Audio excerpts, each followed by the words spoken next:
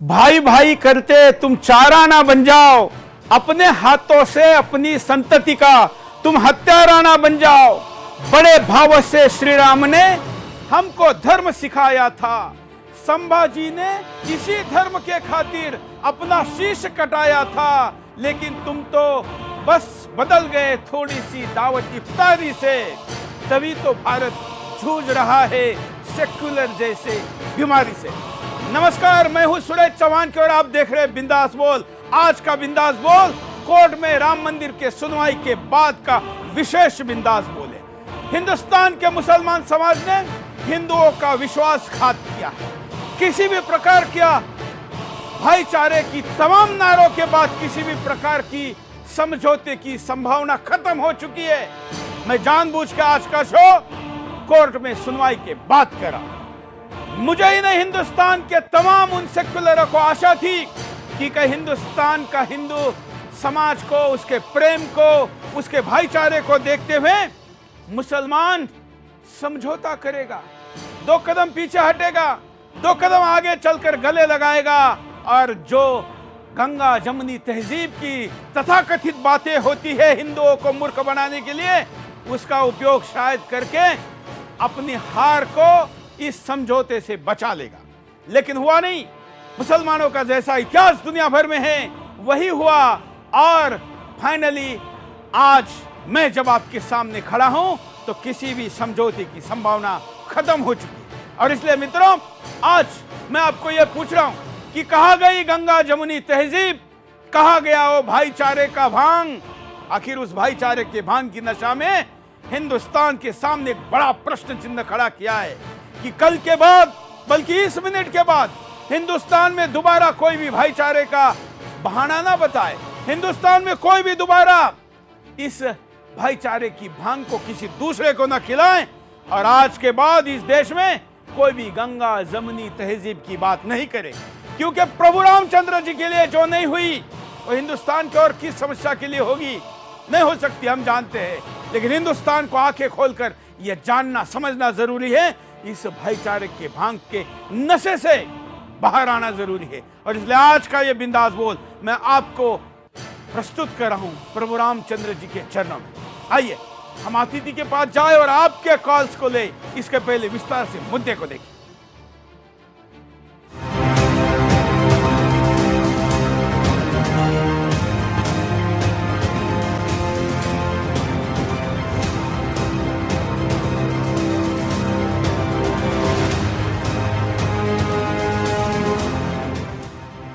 राम मंदिर को लेकर सुप्रीम कोर्ट में आज आखिरी सुनवाई हुई। आखिरी सुनवाई के दिन भी मुस्लिम पक्षकारों ने हर षड्यंत्र अपनाया राम मंदिर बनने से रोकने के लिए और खुद को सहिष्णु दिखाने के लिए। जहां मुस्लिम पक्षकार वकील राजीव धवन ने राम जन्मभूमि मंदिर का नक्शा फाड़ दिया, तो वहीं सुन्नी वक्फ बोर्ड ने कई अमान्य शर्तें रखी। ऐसे में ये बात साबित हो गई कि मुस्लिम पक्ष ने हिंदुओं का भरोसा पूरी तरह से खो दिया है। आखिर क्यों भारत में मिले मौकों को मुस्लिमों ने पूरी तरह से गंवा दिया?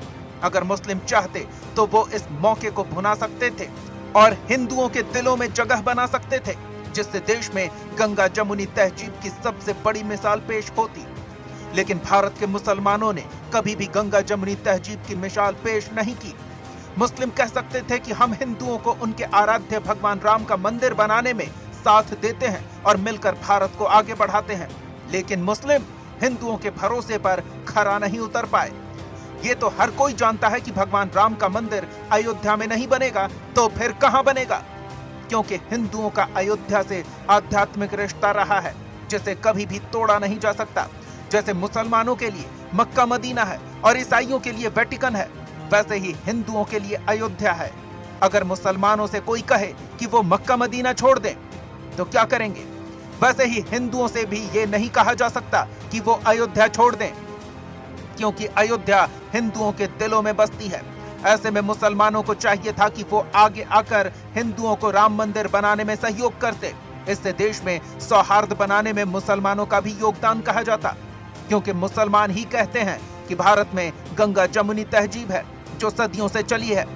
लेकिन अब तो लग रहा है ये गंगा जमुनी तहजीब तब तक ही है जब तक हिंदू गंगा जमुनी तहजीब को अपना त्याग करके बनाए रखता है। हर बार नहीं तो कब की ये गंगा जमुनी तहजीब खत्म हो गई होती। ऐसे में अब देखना यह है कि आखिर मुसलमानों का आगे का एजेंडा क्या होगा, कैसे मुसलमान कोर्ट के फैसले को लेते हैं और देश में अपना योगदान देते हैं।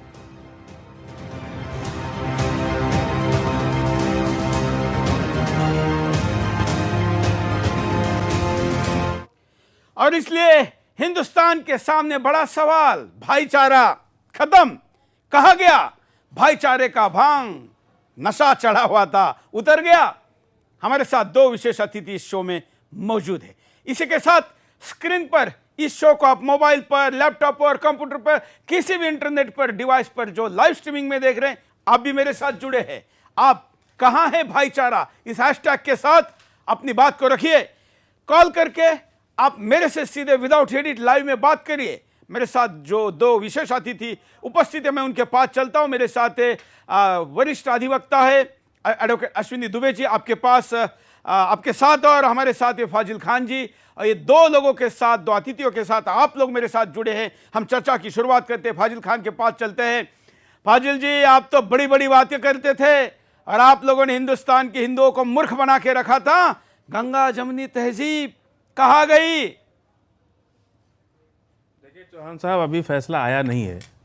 अभी तो अब फैसला फैसले आना का क्या? अब तो कोर्ट फैसला करेगा सर, वही आप क्या करेंगे? नहीं, कोर्ट का फैसला अगर मस्जिद के फेवर में आएगा तो हम मस्जिद बनाएंगे, और अगर मंदिर के फेवर में आया तो मंदिर बनेगी, कोई दिक्कत नहीं है। वो तो बनेगी, लेकिन अगर फैसला आप फैसला, मुद्दा ये नहीं है, मुद्दा हमारा फैसला रोल तो ये हो गया है कि आजादी एक के फैसला हो गया है कि इस देश का हिंदू जो हजारों वर्षों से मुसलमानों को भाई भाई कहकर भाईचारे की जो बातें करता था, वो भाईचारे का हारती हुई केस भी आज मुसलमान आप माहौल छोड़ने मत के लिए बनाइए, तैयार नहीं है। आप सुप्रीम कोर्ट को दबाव मत लीजिए, क्या आप दबाव माहौल मत देने का बनाइए। संबंध? नहीं, आप इस तरह से अगर क्यों? मीडिया के चैनल पर आज सुप्रीम कोर्ट ने सभी मीडिया चैनल्स को आगाह भी किया है क्या? कि ये अवमानना होगी अगर कोई इस तरह की बात करेगा तो। हम तो कोर्ट के निर्णय पे बात ही नहीं कर रहे। नहीं, अभी हम जब तो कह अभी रहे हैं आप कि इतना सुनवाई उत्साह में के मत आइए, अंतिम क्षण तक समझौते की अभी संभावना आप थी। इतना उत्साह में मत आइए। अभी फैसला आपके पक्ष में नहीं आया है, अभी फैसला आना बाकी है। अगर फैसला मस्जिद के लिए आ गया, ना मैं कोर्ट की सुनवाई पे अभी- बात कर अभी रहा हूं, आप ना मैं हिंदू फैसले पे बात मुसलमान कर रहा हूं। आप- एक मिनट, जरा सुनने की भी बात रखिए।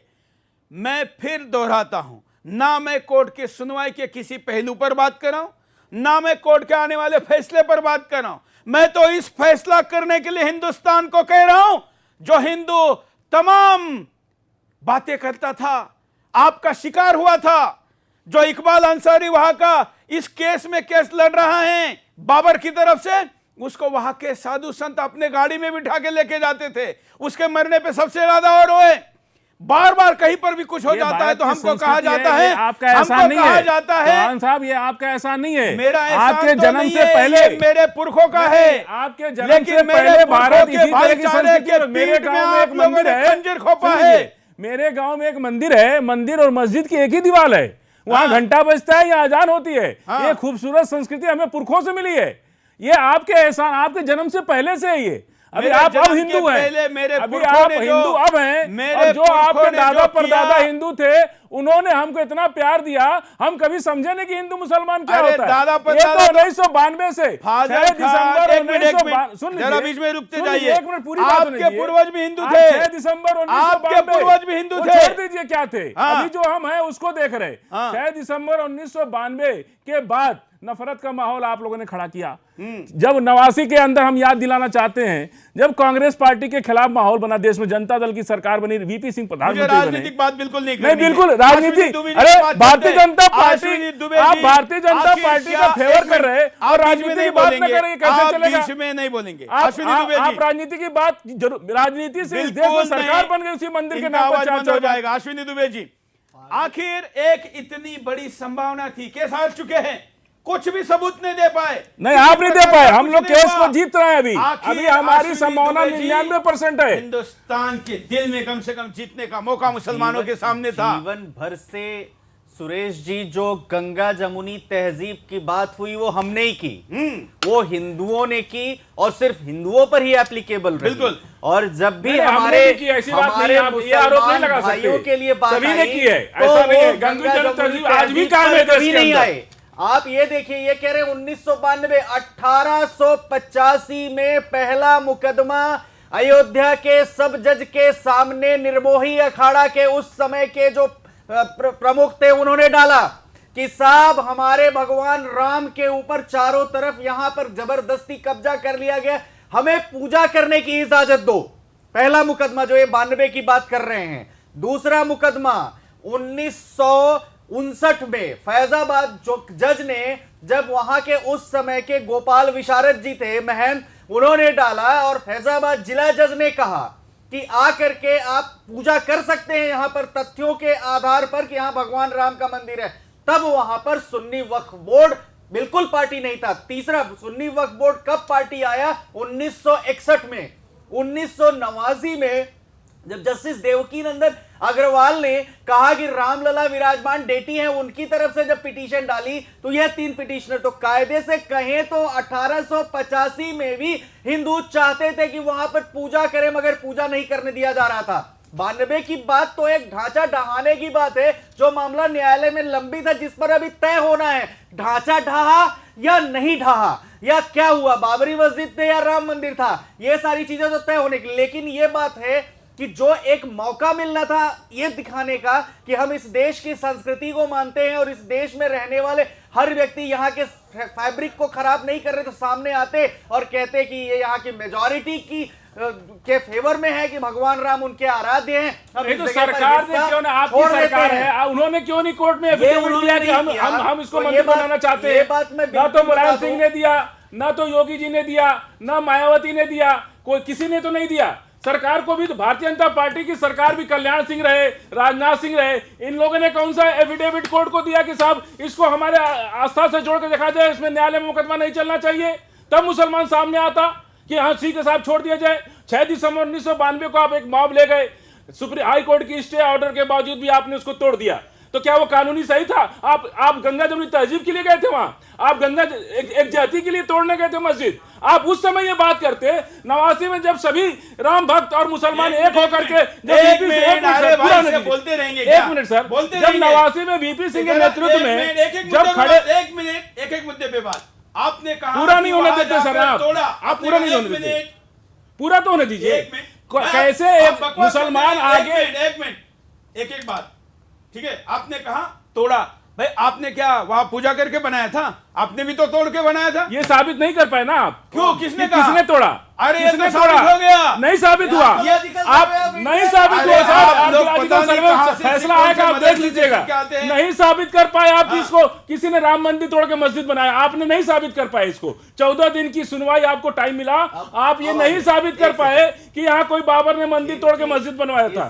कोई मतलब नहीं है, ये आपका अपना चैनल है तो आप चाहे जो जगह बोल सकते हो, लेकिन आप सरकार, आप नियम कायदे कानून पर बात करेंगे तो आप कर सकते हैं। एक मिनट दुबे जी, हाँ आप बात। मैं इनको जमील भाई को यह बात बता दूं, ये जो कह रहे हैं कि मंदिर था आर्कोलॉजिकल सर्वे ऑफ इंडिया के साइंटिस्ट, पहला भारत के अंदर कौन सा मंदिर बना बताइए, उसके ऊपर बता दीजिए कब थी। आप बता रहे कोई साबित तो नहीं कर सके ना, कोर्ट को आप नहीं मैनेज कर सके। आप अगर कोर्ट को मैनेज करते हैं, हाई कोर्ट के आदेश आपको दे दिया। मैं आप दोनों को रोक रहा हूं।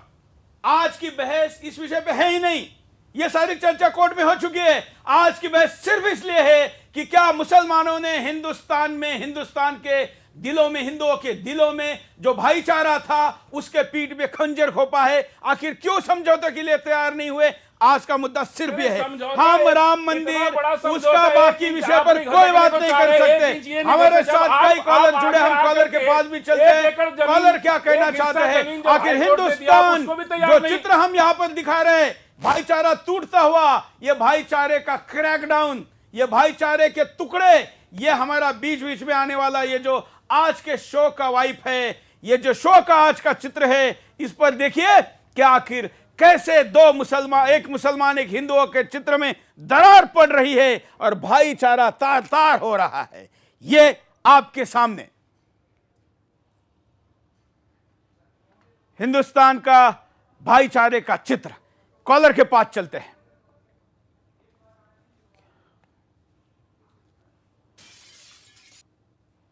जय हिंद, बोलिए।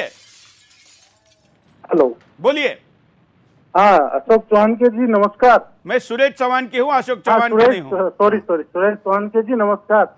मैं भीम सिंह शेखावत बोल रहा हूँ कोलकाता से। हाँ हाँ सर, मैं ये बोलना चाहता हूँ कि जब 47 में हमारे देश के दो टुकड़े हुए धर्म के आधार पर हुए थे, ठीक है। अब मुसलमान पाकिस्तान में चले गए, जो मुसलमान रुके थे वो आज संविधान की दुहाई दे रहे। उस टाइम कहाँ संविधान था, किसने संविधान बनाया था? ये हिंदू संस्कृति को बोला हम फॉलो करेंगे, हिंदुओं का संस्कृति को हम फॉलो करेंगे और हिंदुओं का मान सम्मान रखते हुए हम यहाँ रहेंगे। हिंदुओं ने इसलिए इनको यहाँ रहने दिया। आज इनका क्या हक बनता है हमारे मंदिरों पर? ये तोड़ करके बाबर ने मस्जिद बनाई थी, बाबर ने तब भी आक्रमण किया और आज के इनके द्वारा, इन मुसलमानों के द्वारा आज भी हमारे ऊपर आक्रमण कर रहा बाबर। धन्यवाद, इनको भारत में धन्यवाद दुबे जी। जब हिंदुस्तान का विभाजन धर्म के आधार पे हो गया, मुसलमानों को पाकिस्तान दे दिया, तो ये बाबरी ढाबरी जो भी थे वो सारे विवाद उस दिन खत्म हो जाने चाहिए थे। दुबे जी, कायदे से उस समय का जो बंटवारा हुआ, उस बंटवारे में अगर आप देखेंगे तो इन्हें चले जाना चाहिए था। उस समय यही स्थिति थी कि हमने कहा कि भाई आप अगर हमारी कंट्री में रहना चाहते हैं तो हमारी कंट्री के जो माने यहाँ की सभ्यता है, यहाँ की संस्कृति, यहाँ का संविधान है, उसको मानते हुए रहेंगे। ये चीजें हुई, लेकिन धीरे धीरे जैसे मेजॉरिटी में आते गए या धीरे धीरे इनकी पॉपुलेशन बढ़ती गई तो उन्होंने कंट्रोल करना शुरू कर दिया। अगर आप जामा मस्जिद के उसका ट्वीट देखिए, जो आपको इमाम है आपको कोट करके जो लिखता है कि हमारे यहाँ के भी लोग लेकर के आते हैं, नोबेल पीस लेकर के आते हैं। अब ऐसी मानसिकता वाले लोगों से, जामा मस्जिद के इमाम जैसे घटिया आदमी की सोच से क्या उम्मीद रख सकते हैं? क्या वो गंगा जमुनी में उसे नफरत उगलता है? आप ट्विटर पे कभी भी फॉलो करिए। तो ऐसी स्थितियों में फैब्रिक को ठीक करने की अगर बात रही तो सिर्फ और सिर्फ एक ही कम्युनिटी के ऊपर रही, और जमील अहमद जैसे जो बाबर को मानने वाले लोग हैं, मर्डरर को मानने वाले लोग हैं, क्रिमिनल को मानने वाले लोग हैं, जमील भाई जैसे, वो आप देखिए मेजॉरिटी 99% मुसलमान इस देश का कहता है कि बाबर हमारा पूर्वज नहीं है, बाबर एक आक्रांता था। और ये हमारे भाई साहब कहते हैं कि नहीं, हम बाबर को मानते हैं। मतलब आप स्थिति को समझिए। Even all India Muslim personal law board के लोग भी नहीं कहते, ये भी वो कहते हैं कि वो एक आक्रांता था बाबर। मस्जिद की बात वो करते हैं लेकिन बाबर को नहीं मानते, और ये बाबर को मान रहे हैं। ये तो बाबर को ताइद बनाकर गले में डाल सकते हैं, क्योंकि बाबर के नाम से रोने का बहाना मिलेगा। लेकिन अब वो भी खत्म हो गया है, क्योंकि अब ये नहीं कह सकते कि हिंदुओं ने मजबूत अपने लोकतंत्र के दबाव के अंदर ये कानून बनाया। अब तो तमाम न्यायिक प्रक्रिया को पूरा किया गया है, उसके बाद ये हो रहा है। मेरा सवाल उस पर है नहीं, मेरा सवाल तो सीधा सीधा ये है कि आखिर वो कहा गया भाईचारा, कहा गया जमुना, गंगा जमनी तहजीब। मुझे तो पहले पता ही नहीं कि ये गंगा तो हिंदुओं की हो गई, ये जमुना कब से मुसलमानों की हो गई, कहां हो गई? अब तक उसका जो अपहरण हुआ था, आज 40 दिन के रोजाना के सुनवाई के अंत में उसका अपहरण अब छूट गया है। अब हिंदुओं ने अपनी जमनी को वापस लाना चाहिए। अब उसका अपहरण दोबारा किसी सेकुलर को या किसी मुसलमान को करने नहीं देना चाहिए। कॉलर के पास चलते हैं। जय हिंद। नमस्कार, वंदे मातरम जी। बोलिए, क्या कहना है आपको?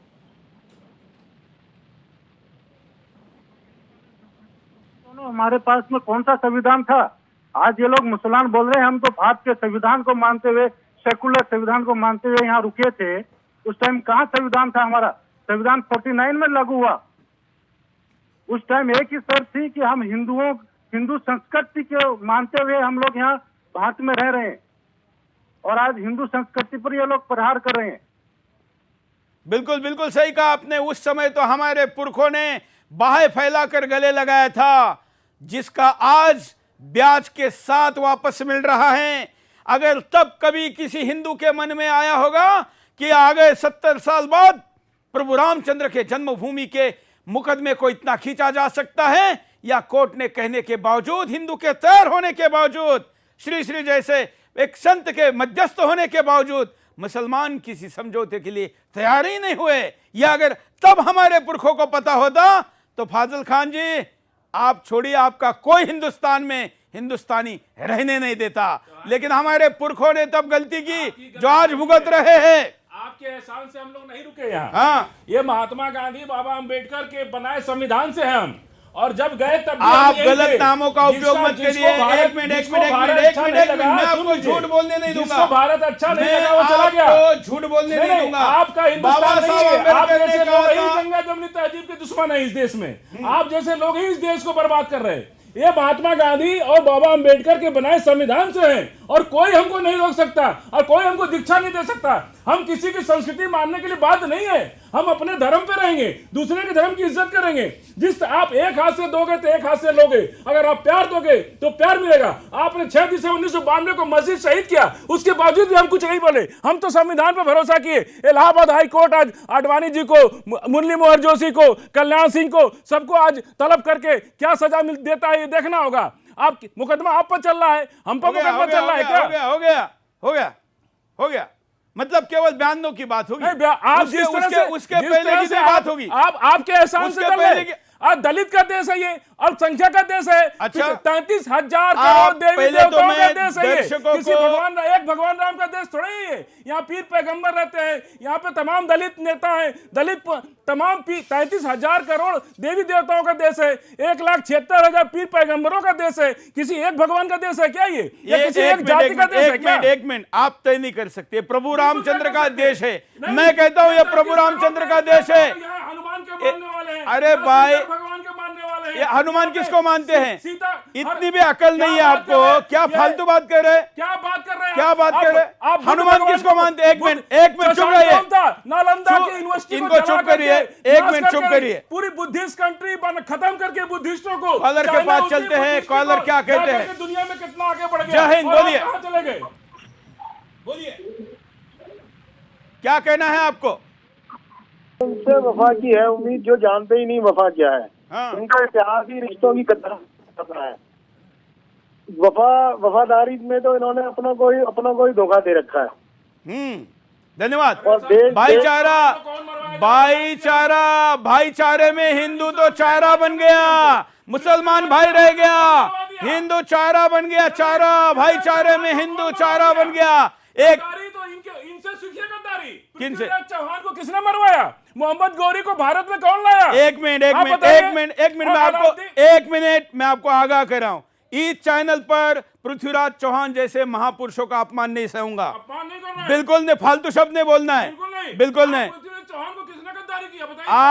आप फालतू शब्द मत यूज करिए। मैं दर्शकों को कहता हूं, मैं दर्शकों को क्लियर करता हूं, इन्होंने बाबा साहब अम्बेडकर का नाम लिया। आप किसी को बाबा साहब जात को अम्बेडकर लेकर नहीं गलत बोल सकते। अच्छा, आप चुप बैठिए। अभी बाबा साहब अम्बेडकर ने कहा था कि मैं आखिरी हिंदू, जब तक हिंदुस्तान वापस नहीं आता पाकिस्तान से, और हिंदुस्तान के अंदर का आखिरी मुसलमान पाकिस्तान नहीं जाता, तब तक मैं विभाजन को नहीं मानूंगा। ये बाबा साहब ने कहा था। उनका नाम लेके झूठ मत फैलाइए।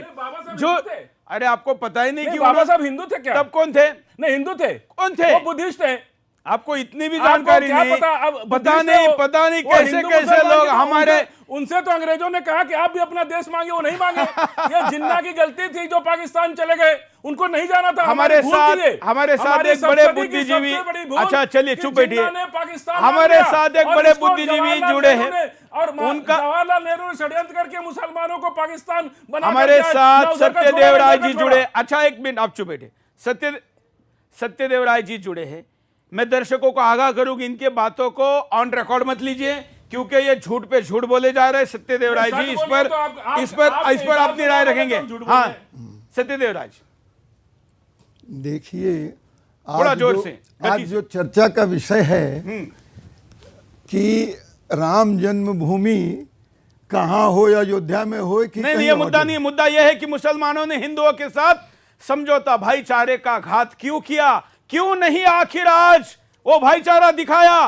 क्यों नहीं आखिर वो गंगा जमनी तहजीब दिखाई? ये आज का मुद्दा है। यदि आज का ये मुद्दा है तो मैं पहले भी लिख चुका हूं अपने फेसबुक में कि they have lost their goodwill, they have lost the chance, they have lost the plot, they would have earned a lot of goodwill from their Hindu brethren. यदि ये अपने को समझते कि मैं छोटा भाई हूं, यदि ये समझते कि मैं हिंदू बड़े भाई हैं, तो इनका आगे। अरे आप बोलने, छाती पर हम कहां पैर रख रहे हैं? एक मिनट, आप पहले चुप रहिए। आप हर आदमी के बोलने में बीच में बोल नहीं सकते। Who are you to shut me down? हाँ, Shut up! नहीं तो छाती पर Come to your senses! आपके चिल्लाने आपका I'm लिहाज कर telling रहा हूं, you सीनियर है, कि लेकिन अपनी भाषा की मर्यादा रखिए। मैं भाषा की मर्यादा में बिल्कुल बोल रहा भाषा हूँ। की मर्यादा रखिए। क्या मैं बोला? आप किसी की छाती पर पैर रख के कहेंगे कि तुम मैं- हमारे साथ समझौता कर लो। आप प्यार से समझौता होता है, साथ बैठ के समझौता, आपने- एक दूसरे को देकर आप समझौता वो- होता है। आपने वो 19 गंवा का दिया है। समझौता होता है। You have 10 और lost 22 का the plot. समझौता नहीं होता You है। don't stand any compromise. और आप जो ठेकेदार बने हुए हैं मुसलमानों का, मेरे तो हजारों मुस्लिम मित्र हैं, हजारों मुस्लिम मित्र हैं मेरे पास, रोज बोलते क्या करें रहते उसके हैं। लिए? उनसे पूछिए कि तो मस्जिद की जमीन दे देंगे? बिल्कुल दे देंगे, आप ले लीजिए दे उनसे देंगे। जाकर के। हम मैं ले यदि लूंगा, आपके मित्र हैं तो आप मैंने उनसे ले कहिए लिया कि भाई हमको ना, मस्जिद मैंने की ले जमीन लिया, दिया जाए। अब आप मैंने ले ले लीजिए उनसे। लिया, अब मैं ले लूंगा। मित्र होने से क्या होता है? अब मैं ले लूंगा। आइडियोलॉजी की बात है। आइडियोलॉजी की बात है कि on religious ground India was divided तो इनटू क्या- टू यूनियन क्यों divide किया आपने?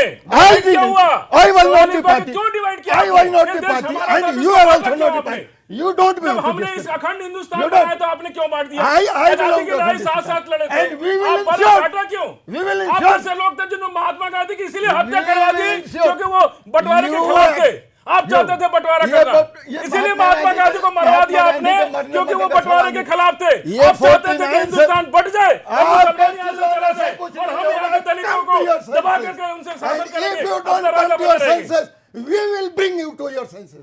How the hell and on land, Indian land, and you can back like अंग्रेजी anything. बोलने से No, क्या होता है, सर? अजय मुझे हिंदी भी बोलिए। आती है, अंग्रेजी अंग्रेजी भी बोलने से आती नहीं होता है। है। मैं अंग्रेजी अंग्रेजी और बोलने से हिंदी गुट दोनों नहीं हो बोलता जाएगा। हूँ, मैं अच्छा, अंग्रेजी भी गुट बोलता नहीं हो हूँ जाएगा। और मैं संविधान भी जानता हूँ। आप संविधान आप जानते हैं? चिल्लाने से क्या होगा आपके? तो आपका संविधान जबरदस्ती आप सीने पर हाथ रख के कहेंगे कि आप मेरा कोई प्रस्ताव बताओ। जबरदस्ती नहीं कर रहा है, यहाँ मेजोरिटी की सरकार है, मेजोरिटी का व्यू चलेगा, 1992 से पहले चलेगा। आप कहे होते तो आप तोड़ करके कहते हैं हमारे छाती पर रख के आप आपको बोलते हैं, समझौता कर लो। आपको हम 70 डर रहे साल हैं समय आपसे। दिया गया है, अब कोई समय नहीं है। अरे हम कहाँ आप मांग रहे हैं नहीं- आपसे? बिल्कुल अब आप समय तो नहीं खत्म हो नहीं गया। नहीं प्रभु रामचंद्र के मंदिर के इस बहस के साथ खत्म हो गया।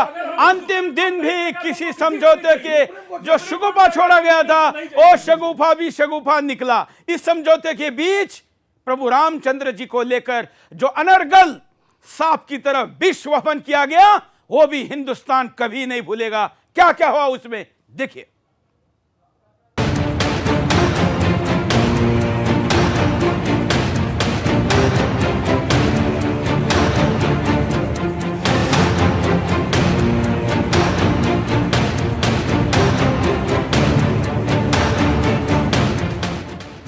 सुप्रीम कोर्ट में सुनवाई खत्म हुई। मंदिर को लेकर सुप्रीम कोर्ट ने फैसला सुरक्षित रख लिया है। उम्मीद की जा रही है कि 23 दिनों के बाद कभी भी इस मुद्दे पर फैसला आ सकता है। लेकिन कोर्ट में आज की सुनवाई में काफी नोकझोंक हुई। सुनवाई के दौरान मुस्लिम पक्षकार राजीव धवन ने जो किया उसे कभी भुलाया नहीं जा सकता। कोर्ट की अवमानना और हिंदू आस्था के प्रति नफरत और विश्वासघात का इससे बड़ा उदाहरण और क्या हो सकता है कि 5 जजों की संविधान पीठ के सामने मुस्लिम पक्षकार राजीव धवन ने अयोध्या से संबंधित एक नक्शे को फाड़ दिया। हम आपको इन 40 दिनों की सुनवाई के दौरान मुस्लिम पक्षकारों की ओर से जो अड़ियल रवैया अपनाया गया और हिंदू आस्था पर आघात करने का कोई मौका नहीं छोड़ा गया उसके बारे में बताने जा रहे हैं। सबसे पहले मध्यस्थता पर मुस्लिम पक्षकारों की तरफ से सहयोग देखने को ही नहीं मिला। इसे मुस्लिम पक्षकारों की हेकड़ी ही कहेंगे कि मध्यस्थता का मौका मिला, लेकिन उन्होंने इसे गंवा दिया। वहीं मध्यस्थता भी किसी निर्णय पर नहीं पहुंच पाई तो सुप्रीम कोर्ट ने इस पर सुनवाई करने का निर्णय लिया। लेकिन मुस्लिम पक्षकारों ने फिर से इसमें रोड़ा अटकाने की हर संभव कोशिश की और कोर्ट में रोज होने वाली सुनवाई का विरोध किया। मुस्लिम पक्षकारों का विरोध इतने पर नहीं रुका। सुनवाई के दौरान हिंदू आस्था पर प्रहार करते हुए राम के अस्तित्व पर सवाल खड़े किए गए और कहा गया कि विवादित स्थल पर छल से हमला कर दिया गया और मूर्ति स्थापना भी छल से की गई। 1934 में अवैध कब्जा कर लिया गया। पहले तो मुस्लिम पक्षकार राम चबूतरे को जन्म स्थल मान रहा था, लेकिन मुस्लिम पक्षकारों ने एक बार अपनी बातों से मुकरते हुए कहा कि राम चबूतरा राम का जन्म स्थान नहीं। यहां तक कि एएसआई की रिपोर्ट को भी मानने से इनकार कर दिया। हिंदुओं की आस्था पर चोट करने का मुस्लिम पक्षकारों ने कोई मौका नहीं गंवाया और वो इतने पर ही नहीं रुके, उन्होंने हिंदू ज्योतिष पर ही प्रश्न चिन्ह लगा दिए। आशावादी और भाईचारे में विश्वास रखने वाला भोला भाला हिंदू सर्वोच्च न्यायालय में न्यायिक प्रक्रिया पर विश्वास रखते हुए फैसले का इंतजार कर रहा है, लेकिन मुस्लिम समाज का ये अड़ियल रवैया सामाजिक भाईचारे पर ऐतिहासिक सवाल बनकर चुभता रहेगा। Bureau report, Sudarshan news.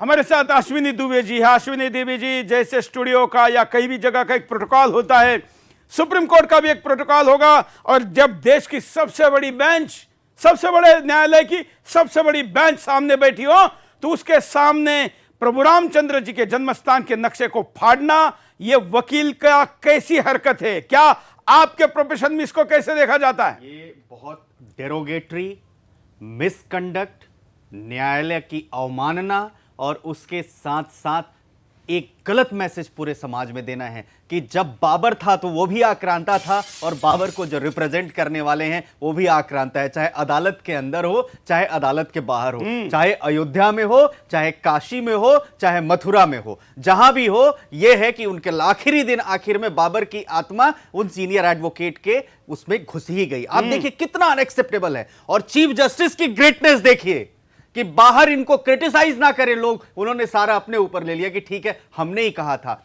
हमने ही कहा था। तब भी एक लॉयर का कंडक्ट होता है कि वो उसको फाड़ने की वजह अपने जूनियर्स को पीछे दे दे कि ठीक है इसे रखो और उस पर बहस करे। जब आर्ग्यूमेंट होती है तो एक पार्टी डॉक्यूमेंट देती है और दूसरी पार्टी या तो उसको एडमिट करती है या डिनाई करती है या कहती है साहब ये ऑब्जेक्शनेबल है, अभी हम एक्सेप्ट नहीं करेंगे क्योंकि ये नीचे की कोर्ट में कभी नहीं आया, पहली बार एविडेंस लेकर आ रहे हैं। लेकिन फाड़ना भरी कोर्ट में ये मिसकंडक्ट है। अब मैं और दुबे जी, बिल्कुल मैं आपको बताता हूं क्यों फाड़ा।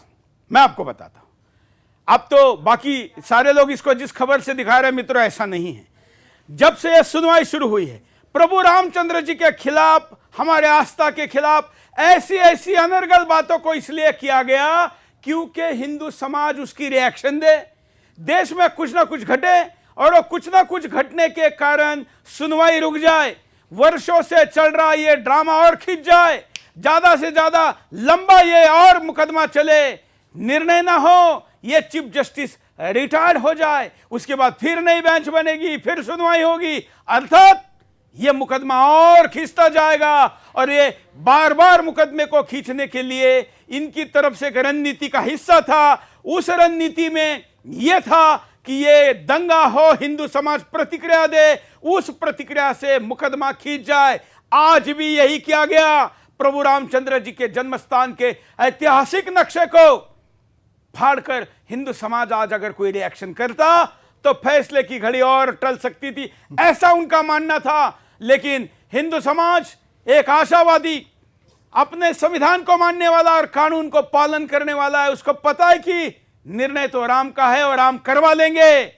बाबर के औलादों के अतताइयों की हरकतों से कुछ होने वाला नहीं है। इसी में एक और ऐड करता हूं, बोलिए कॉलर बोलिए के पास जाने से पहले बोलिए। सुरेश जी, आपको याद हो कि कुछ दिनों पहले एक 88 साल के प्रोफेसर ने एक चिट्ठी लिखी थी। उस चिट्ठी के बेसिस पर इन्हीं सीनियर एडवोकेट ने कंटेम्प्ट लगाया था कोर्ट में कि साहब मुझे धमकियां मिल रही हैं, आप ये देखिए। और सुप्रीम कोर्ट ने कंटेम्प्ट में उसमें ऑब्जेक्शन लिया था और बोला मेरे क्लर्क को भी लोग चिढ़ा रहे हैं। साहब बाहर मंत्री कह रहा है सुप्रीम कोर्ट हमारे इन छोटी छोटी बातों को लेकर के, उन्होंने कहा। और यही अगर कागज हिंदू पक्ष ने फाड़ा होता या उनके लॉयर ने फाड़ा होगा तो आज पूरे देश में कोहराम मच जाता, पूरे देश में प्रोटेस्ट हो रहा होता कि ये देखिए ये गुंडा देखिए। फाजिल खान तो यहाँ पर छाती पीटकर बांग लगा ले होते, इतने शांति से नहीं बैठते, डिबेट ही नहीं करते, बिल्कुल करते, दबा देते।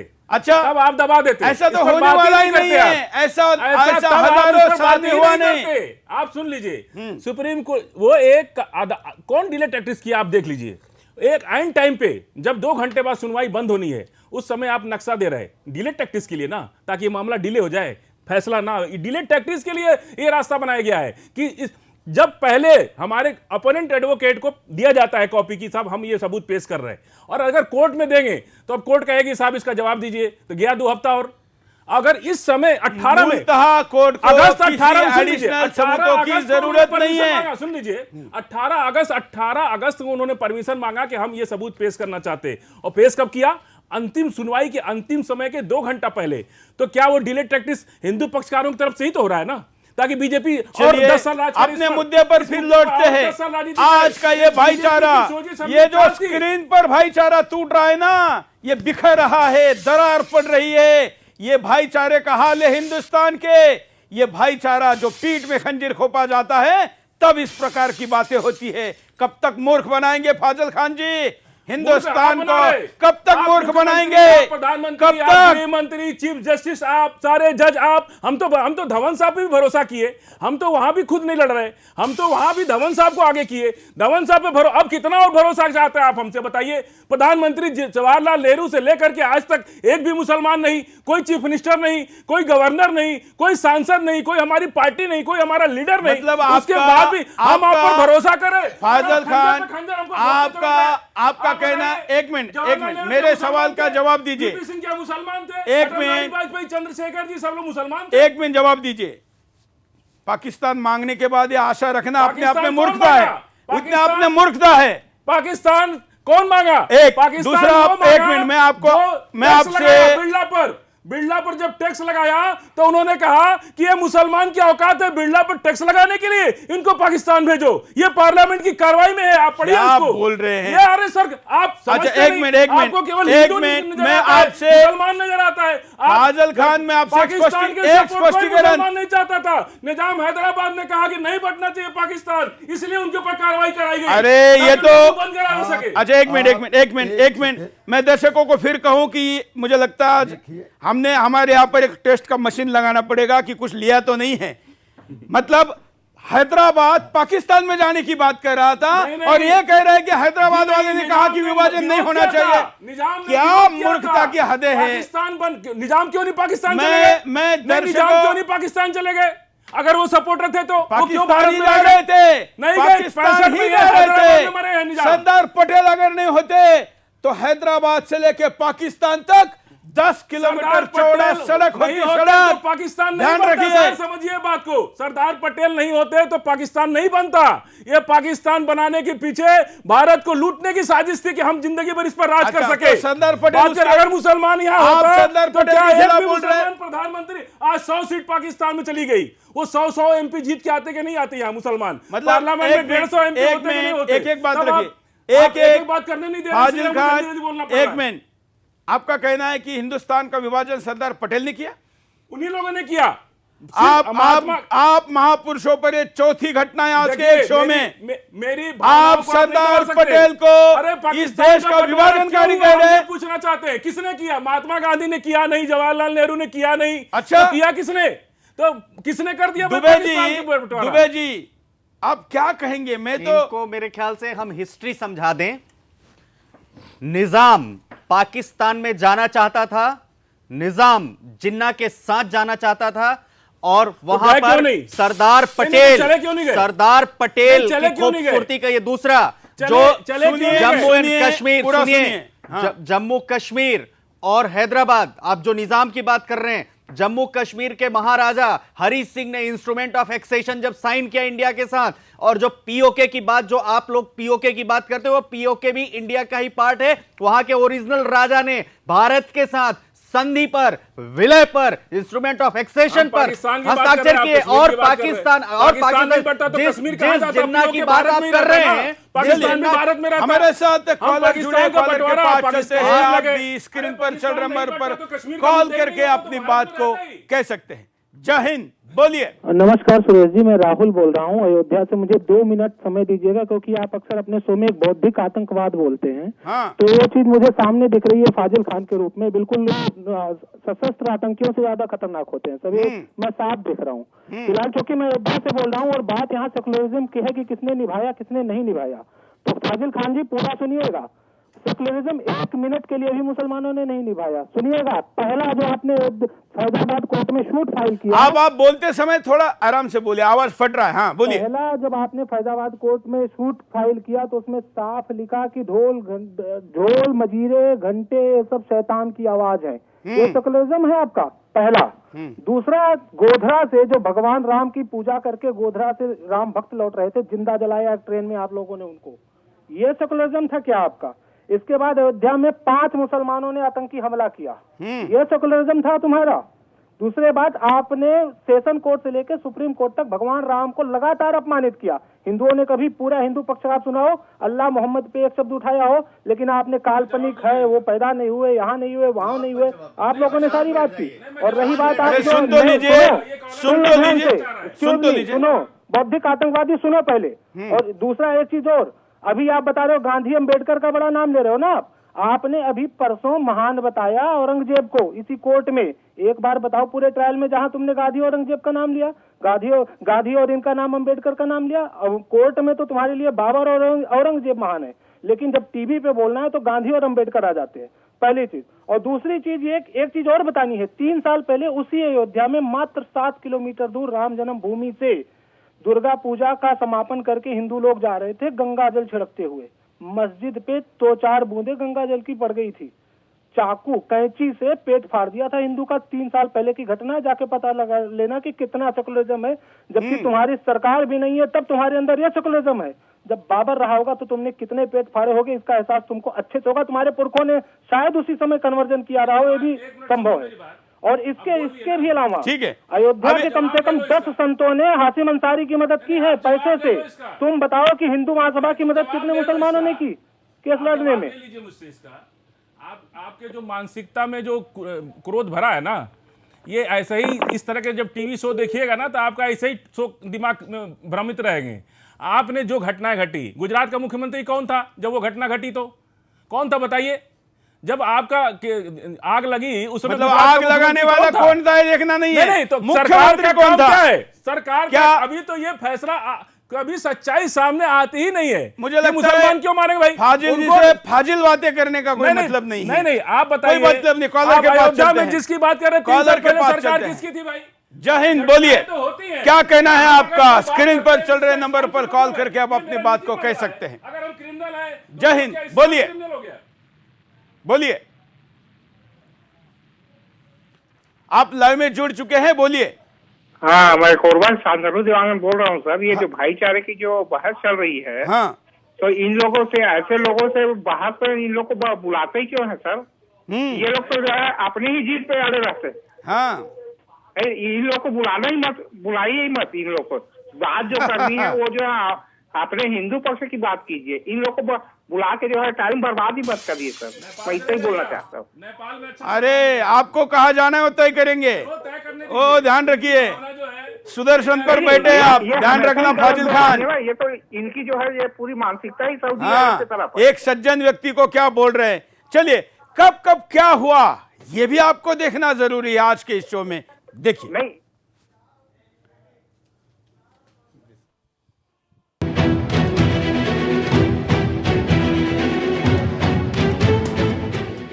राम मंदिर पर कब क्या हुआ, ये सवाल हम सबके सामने है। 1528 अयोध्या में राम मंदिर के ऊपर मस्जिद का ढांचा खड़ा किया। 1853 सबसे पहले मंदिर बनाने को लेकर हिंदुओं ने प्रदर्शन किया। 1859 अंग्रेजों ने मंदिर की जगह पर बाड़ लगा दी और हिंदुओं को प्रार्थना करने की अनुमति दी। 1949 भगवान राम की मूर्तियां ढांचे के अंदर मिली, जिसका मुसलमानों ने विरोध किया। 1984 भगवान राम के जन्म स्थल को मुक्त कराने के लिए आंदोलन शुरू हो गया। विश्व हिंदू परिषद ने राम मंदिर निर्माण के लिए समिति गठित की, जो मंदिर निर्माण के कार्य के लिए काम करेगी। 1986 जिला मजिस्ट्रेट ने ताले तोड़वाए और पूजा का आदेश दिया। मुसलमानों ने हिंदुओं की पूजा का विरोध किया और बाबरी मस्जिद संघर्ष समिति का गठन किया। 1989 विश्व हिंदू परिषद ने राम मंदिर निर्माण के लिए अभियान तेज किया और राम मंदिर की नींव रखी। 1990 विश्व हिंदू परिषद कार्यकर्ताओं ने ढांचे की जगह मंदिर निर्माण के लिए काम शुरू कर दिया। तत्कालीन प्रधानमंत्री चंद्रशेखर ने वार्ता के जरिए विवाद सुलझाने की कोशिश की, मगर कामयाबी नहीं मिली। 1992 राम भक्तों ने ढांचे को तहस नहस कर दिया और मंदिर निर्माण की नींव रखी। 1998 प्रधानमंत्री अटल बिहारी वाजपेयी के नेतृत्व में भारतीय जनता पार्टी ने गठबंधन सरकार बनाई। 2001 विश्व हिंदू परिषद ने राम मंदिर निर्माण करने का अपना संकल्प दोहराया। तो जनवरी 2002 अयोध्या विवाद सुलझाने के लिए प्रधानमंत्री वाजपेयी ने अयोध्या समिति का गठन किया। फरवरी 2002 विश्व हिंदू परिषद ने 5 मार्च से राम मंदिर निर्माण कार्य शुरू करने की घोषणा की।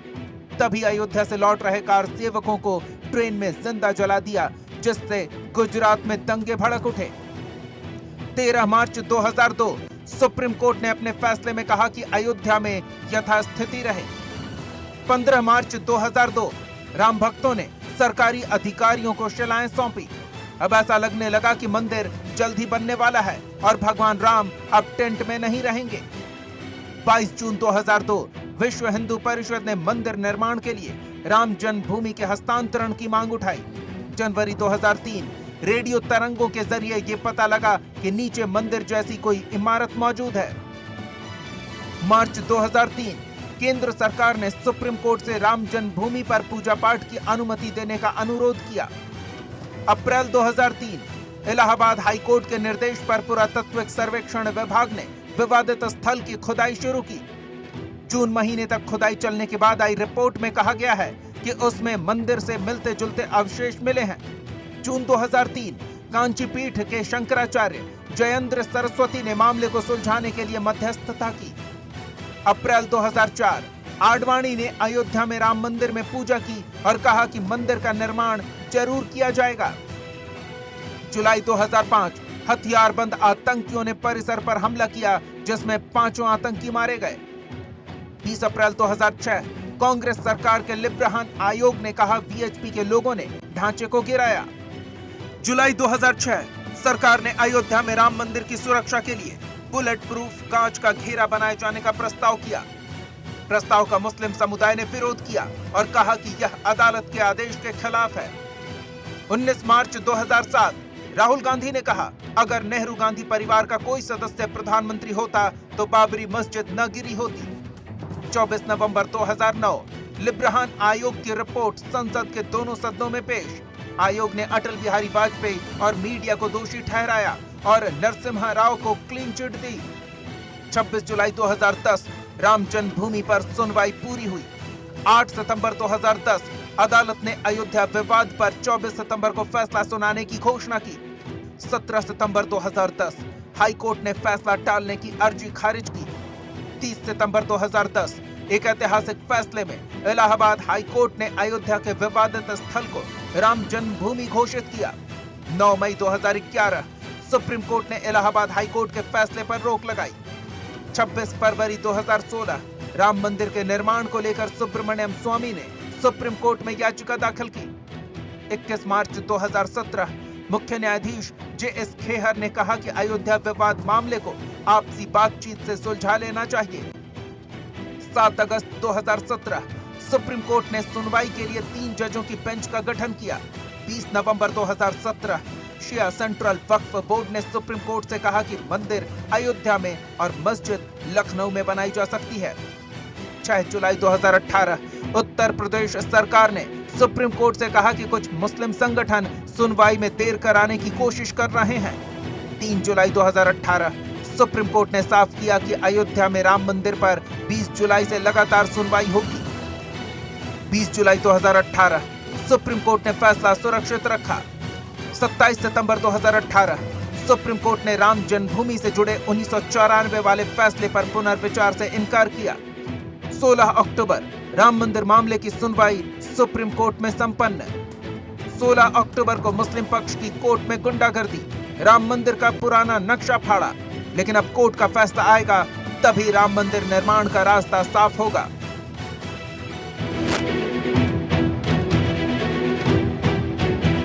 आज का मुद्दा है कि आखिर वो कहां गई गंगा जमुनी तहजीब। अब मैं आपको दिखाता हूं, ये केस कोर्ट में लड़ने वाले हासिम अंसारी, इनके मृत्यु के समय हिंदू साधु संत क्या कह रहे थे, देखिए ये एक वीडियो। हासिम अंसारी के देहांत होना रामलला के लिए बहुत अशुभ है और हानिकारक है। एक ऐसे साहसी व्यक्ति थे मुसलमानों में पक्षकार, जिनके यह साहस हुआ था, उन्होंने कहा था कि हम रामलला के टाटपट्टी में नहीं दे सकते, आपसी समझौता से समाधान हो जाएगा। लेकिन उनके चले जाने से यह बहुत बड़ा एक धक्का लगा। रामलला के मंदिर के निर्माण में और रामलला के यह केस में। इसलिए मैं उस परमात्मा से यह निवेदन करता हूं कि उनके परिवारों को सुख शांति दे। हमारी क्षति व्यक्तिगत तो हुई ही है, ये पूरे भारतवर्ष का एक बहुत बड़ा क्षति है। हाशिम अंसारी जी एक पूरे भारत में एक स्तंभ के रूप में कायम थे और उनका 46 वर्ष का उम्र था, 96 वर्ष का उम्र था और हमारा करीब 60-65 साल का होगा, लेकिन फिर भी अपना मित्र हमको बनाए थे, हमारे पर यकीन करते थे। और अभी जब हम यहाँ आए थे, ईद मिलन के शुभ अवसर पर आप लोग थे, तो उन्होंने एक बात कही थी कि महाराज महन जी, हम अपने पुत्र को अपना उत्तराधिकारी कायम कर दिया है और यह आपके सदा सहयोग में रहेंगे। बताइए, जिस आदमी ने प्रभु रामचंद्र जी के खिलाफ केस लड़ा, उसके प्रति हिंदू साधु संतों का इतना उदार रवैया है। इतना ही नहीं, दबाव में उनको पुलिस से सैल्यूट दिलवाया गया। ये वीडियो भी मैंने आज खोजकर आपके लिए लाया है कि जिसने प्रभु रामचंद्र जी के खिलाफ बाबर के साथ खड़ा रहा, उस व्यक्ति को भी सैल्यूट करवाया गया। देखिए,